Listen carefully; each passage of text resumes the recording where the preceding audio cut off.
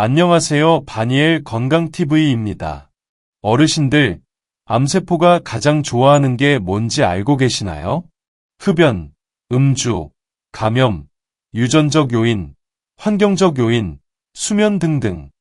암을 발생시키는 요인들은 여러 가지가 있습니다. 하지만 그 중에서도 매일 꼭 해야만 하는 행동 중에 식습관이 있는데요. 이 식습관 중에 매일 먹는 이것은 암세포가 가장 좋아해서 이것만 들어오면 정상세포로 갈 영양분을 모두 빼앗아 먹고 무럭무럭 증식한다고 합니다. 어르신들 암 예방에 큰 도움이 되는 정보들로 마지막까지 모두 채워놨으니 오늘 이 영상 꼭 끝까지 시청 바랍니다. 첫 번째로 말씀드릴 암세포가 가장 좋아하는 것은 바로 나쁜 탄수화물입니다. 암세포는 탄수화물, 특히 정제된 탄수화물을 매우 좋아하는데요. 정제된 탄수화물은 섭취 시 혈당을 급격히 상승시켜 암세포가 이를 우선적으로 에너지원으로 사용하게 합니다. 흰밥, 흰빵, 과자, 케이크와 같은 정제된 탄수화물은 체내에서 빠르게 당으로 분해되어 혈당을 급격히 상승시키는데요.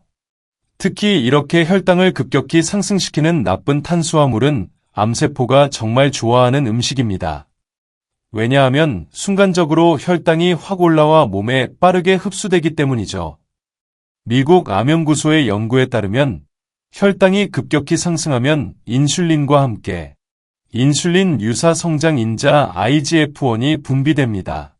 IGF-1은 세포 성장을 촉진하는데 암세포도 외회가 아닙니다. 이것은 세포를 성장시키는 역할을 하는데요. 어떤 세포를 성장시킬까요? 바로 혈액 속에 있는 암세포들입니다. 이렇게 혈당을 빠르게 상승시키는 나쁜 탄수화물 음식들로는 일상에 흔히 접하는 음식들로 예를 들면 흰빵, 바게트, 식빵, 떡, 라면, 우동, 마카로니, 감자, 감자튀김, 옥수수 시리얼, 초콜릿, 설탕, 꿀, 메이플 시럽, 도넛, 쿠키, 수박 파인애플 등등이 있습니다. 반면에 좋은 탄수화물들은 체내 흡수 속도가 낮은 음식들로 혈당을 서서히 올려 모든 세포에 골고루 에너지를 공급하는데요. 일상에서 자주 접하는 음식들로만 예를 들면 현미밥, 잡곡밥, 오트밀, 메밀국수 등의 정제되지 않은 통곡물을 사용한 음식들이 있으며 녹색 채소는 시금치, 케일, 상추, 브로콜리, 가지, 부추, 샐러리, 쑥갓, 오이, 콩나물, 버섯류 등이 있습니다. 그리고 두부 및 콩류와 견과류 등이 있고 찐고구마, 생당근, 흰우유, 치즈, 무가당 그릭 요거트, 달걀 올리브유 등이 있는데요. 이렇게 좋은 탄수화물들을 충분히 섭취하여 정상세포에 에너지를 공급해야 합니다. 서양 사람들은 식사를 하기 전에 항상 샐러드를 먹는 식습관을 가지고 있는데요. 이 식습관을 따라할 필요가 있습니다. 야채는 식이섬유가 풍부하여 혈당 지수를 낮추고 포만감을 주며 비타민, 미네랄, 파이토케미컬 등 세포 신진대사에 필요한 조효소를 공급하는데요. 우리 어르신들은 식사를 하실 때 어떻게 하시나요? 밥 한 술 뜨고 나물 반찬 먹고 또 밥 한 술 뜨고 야채 반찬이나 고기 반찬 먹고 이렇게 평범하게 드시고 있지 않으신가요? 이러면 좋지 않습니다. 좋은 건 배우고 따라 해야 하는데요. 샐러드를 먼저 먹고 나서 이후에 식사를 하는 것이 혈당 상승을 막는데 아주 크게 작용을 합니다. 이건 못 참겠다 싶으신 나쁜 탄수화물 음식들이 있으시면 먼저 식전에 야채 샐러드를 충분히 드시고 식사해보세요. 급격한 혈당 상승을 막는 기가 막힌 수문장이 되어드릴 것입니다. 두 번째로 주의해야 할 조합을 소개하기 전에 저의 채널을 시청해주시는 제가 정말 애정하는 우리 어르신들 중에 아직 구독 안 하신 분 있으실까요? 혹시 아직 구독 안 하신 분들 있으시면 바로 밑에 구독과 좋아요를 먼저 꾹 눌러주세요. 가족과 지인들 및 소중한 분들께도 많이 공유 부탁드립니다. 두 번째로 주의해야 할 조합은 붉은 고기와 고온 조리 방식의 조합입니다. 소고기, 돼지고기와 같은 붉은 고기는 단백질 공급원으로서 영양가가 높지만 과도하게 섭취하거나 잘못된 방식으로 조리할 경우 암 발생 위험을 높일 수 있습니다. 특히 고기를 굽거나 튀기는 등의 고온 조리 방식은 발암물질 생성을 촉진합니다. 미국 국립암 연구소의 연구에 따르면 붉은 고기를 높은 온도에서 조리할 때 생성되는 헤테로사이클릭 아민과 다환방향족 탄화수소는 강력한 발암물질로 작용합니다. 이들 물질은 DNA를 손상시켜 정상세포의 암화를 촉진할 수 있습니다. 육류를 고온에서 구우면 표면에 생기는 그 검은색 그을음, 바로 그것이 발암물질인데요. 특히 육류에 있는 단백질과 지방이 고온에서 변형되면서 생성되는 물질들이 문제가 됩니다. 하버드 의대의 연구에서는 일주일에 붉은 고기를 5회 이상 섭취하는 사람들은 거의 섭취하지 않는 사람들에 비해 대장암 발생 위험이 약 20% 높다고 보고했습니다. 더구나 이를 고온에서 조리해 먹는 경우 위험은 더욱 증가합니다. 대안으로는 붉은 고기의 섭취 빈도를 줄이고 조리 시에는 삶거나 찌는 등의 저온 조리법을 활용하는 것이 좋습니다. 세 번째로 주의해야 할 조합은 우유와 항산화 식품의 조합입니다. 유제품 섭취와 암 위험의 인과관계는 여전히 논란이 있습니다만 우유와 유제품에는 성장 호르몬이 포함되어 있어 일부 연구에서는 과도한 섭취가 특정암, 특히 유방암과 전립선암의 위험을 증가시킬 수 있다고 지적합니다. 또한 우유와 유제품에 함유된 카제인 단백질은 IGF-1 수치를 증가시킬 수 있다는 연구 결과가 있습니다. 중국 과학원의 연구에 따르면 IGF-1은 세포 성장과 분열을 촉진하는데 이는 암세포의 성장도 촉진할 수 있습니다. 특히 우유를 녹차, 커피, 베리류와 같은 항산화 식품과 함께 섭취할 경우 우유의 단백질이 이들 식품의 항산화 성분 흡수를 방해할 수 있습니다. 미국 영양학회지에 발표된 연구에 따르면 녹차에 우유를 첨가하면 녹차의 주요 항산화 성분인 카테킨의 생체 이용률이 감소한다고 합니다. 따라서 항산화 효과를 극대화하기 위해서는 녹차나 항산화 성분이 풍부한 과일을 섭취할 때는 우유나 유제품과 함께 섭취하지 않는 것이 좋습니다. 여기서 짚고 넘어가야 할 것은 일부 의사들은 소의 유전자에서 만들어진 제품을 우리가 먹으면 사람의 유전자와 충돌이 일어날 수 있다고 합니다만 이런 주장은 과학적 근거가 없습니다. 우유의 단백질이나 IGF-1 관련 효과는 유전자 충돌이 아니라 호르몬 및 대사 경로의 문제이니 우리 어르신들은 참고해주세요. 네 번째로 피해야 할 조합은 술과 담배의 조합입니다. 우리 어르신들 앞으로 살면 얼마나 더 사냐며 주위에서 말려도 술과 담배 꼭 하고 다니시는 분들 있으시죠? 그나마 안 아프고 건강할 때 빨리 끊으셔야 합니다. 암 걸리고 가장 많이 하시는 말씀들이 이렇게 아플 줄 몰랐다며 제발 살려달라고 하십니다.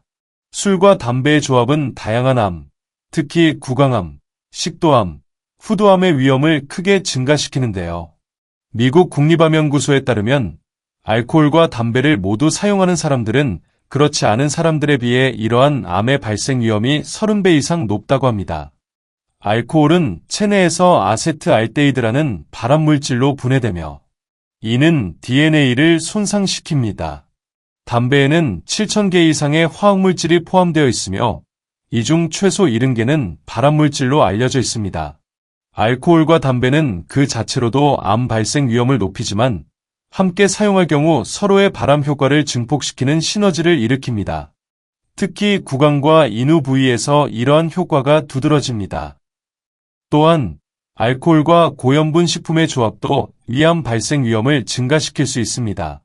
어르신들은 술 드실 때 어떤 안주를 주로 드시나요? 안주 드실 때 짠 음식은 꼭 피해주세요. 일본 국립암센터의 연구에 따르면 알코올 섭취와 고염분 식이는 이암 발생의 주요 위험 요인으로 작용하며 두 가지가 결합될 경우 위험이 더욱 증가합니다. 짠 음식 먹으면서 소주 한 잔에 담배 한 모금. 생각만 해도 최악이네요. 건강을 위해서는 가능한 한 술과 담배 모두를 피하는 것이 가장 좋으며 술을 마실 경우에는 짠 안주보다는 신선한 채소나 과일을 함께 섭취하는 것이 좋습니다. 이제 반대로 함께 먹었을 때 건강에 좋은 영향을 주는, 특히 암 예방에 도움이 되는 식품 조합들을 살펴보겠습니다. 첫 번째 추천 조합은 브로콜리와 토마토입니다.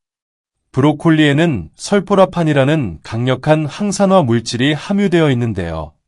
이 물질은 체내 해독 효소를 활성화시켜 발암물질을 제거하고 암세포의 성장을 억제하는 효과가 있습니다. 일리노이 대학교의 연구에 따르면 브로콜리에 함유된 설포라판은 특히 유방암과 전립선암 세포의 성장을 억제하는 효과가 있으며 암 예방에 중요한 역할을 합니다. 토마토에는 라이코펜이라는 강력한 항산화 물질이 풍부합니다. 하버드 보건대학원의 연구에 따르면 라이코펜은 특히 전립선암 예방에 효과적이며 심혈관 질환 위험도 감소시킵니다.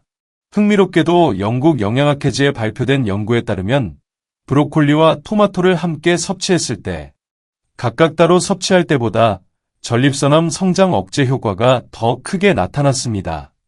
브로콜리의 설포라판과 토마토의 라이코펜은 서로 다른 메커니즘으로 암세포 성장을 억제하기 때문에 함께 섭취하면 상호 보완적인 효과를 발휘합니다. 특히 토마토는 열을 가했을 때 라이코펜의 생체 이용률이 증가하므로 약간 조리된 토마토와 살짝 찐 브로콜리의 조합이 가장 효과적입니다. 실제로 브로콜리와 토마토를 함께 넣은 스트나 볶음 요리는 맛도 좋고 영양도 풍부한 암 예방식품 조합이니 장보러 마트에 가실 때마다 구입해서 드시는 것을 추천드립니다. 두 번째 추천 조합은 녹차와 레몬입니다. 녹차에는 카테킨, 특히 에피갈로카테킨 갈레이트라는 강력한 항산화 물질이 풍부합니다. 이 물질은 암세포의 성장을 억제하고 세포 자연사를 유도하는 효과가 있습니다. 미국 암학회의 연구에 따르면 녹차를 정기적으로 마시는 사람들은 여러 종류의 암, 특히 대장암, 전립선암, 유방암의 발생 위험이 낮은 것으로 나타났습니다. 레몬에는 비타민 C가 풍부하며 이는 강력한 항산화 작용을 합니다. 또한 레몬의 산성은 녹차의 카테킨 생체 이용률을 높이는 역할을 합니다. 퍼듀 대학교의 연구에 따르면 녹차에 레몬즙을 첨가하면 녹차의 카테킨 흡수율이 최대 13배까지 증가할 수 있다고 합니다. 이는 위산과 유사한 레몬의 산성 환경이 카테킨을 안정화시키고 체내 흡수를 촉진하기 때문인데요. 녹차를 마실 때 레몬 한 조각을 넣는 것만으로도 녹차의 항암 효과를 크게 높일 수 있습니다. 특히 녹차의 카테킨은 우리 몸에서 흡수가 잘 되지 않는데 레몬의 산이 이 흡수율을 크게 향상시키는 역할을 합니다. 녹차와 레몬의 조합은 항산화 효과를 극대화하고 면역력을 강화하여 암 예방에 도움을 줄 수 있는데요. 매일 두세 잔의 레몬을 첨가한 녹차를 마시는 것은 암 예방에 든든한 담장을 쌓는 일과 같으니 꼭 기억해 주세요. 세 번째 추천 조합은 강황과 검은 후추입니다. 강황의 주요 활성 성분인 커큐민은 강력한 항염증, 항산화 효과가 있으며 여러 연구에서 암세포의 성장을 억제하는 것으로 나타났습니다. 미국 앤더슨 암센터의 연구에 따르면 커큐민은 암세포의 성장을 촉진하는 NF-kB라는 단백질의 활성을 억제하고 암세포의 자연사를 유도합니다. 또한 화학요법과 방사선 치료의 효과를 증진시키는 것으로 나타났습니다. 그러나 커큐민은 체내 흡수율이 매우 낮다는 단점이 있는데요. 이를 보완해주는 것이 바로 검은 후추의 주요 성분인 피페린입니다.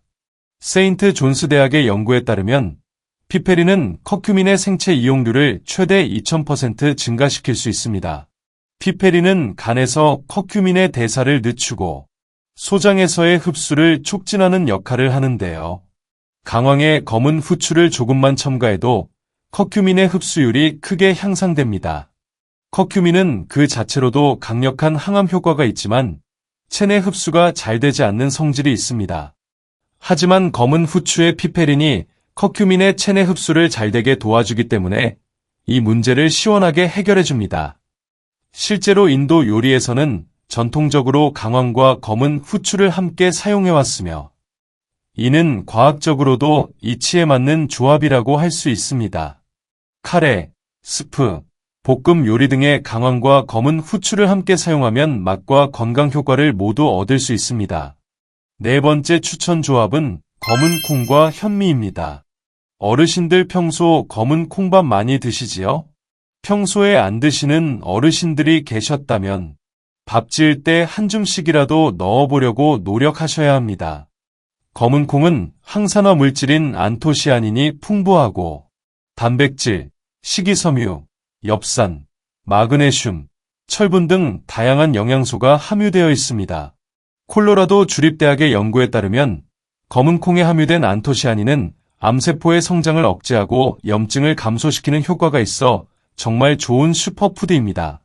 현미는 정제되지 않은 통곡물로 식이섬유, 비타민, 미네랄이 풍부한데요.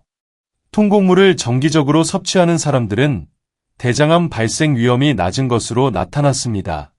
검은 콩은 좋은 단백질 공급원이지만 필수 아미노산 중 메티오닌이 부족한데요. 반면 현미는 메티오닌이 풍부하지만 라이신이 부족합니다. 그래서 두 식품을 함께 섭취하면 완전한 단백질을 얻을 수 있습니다.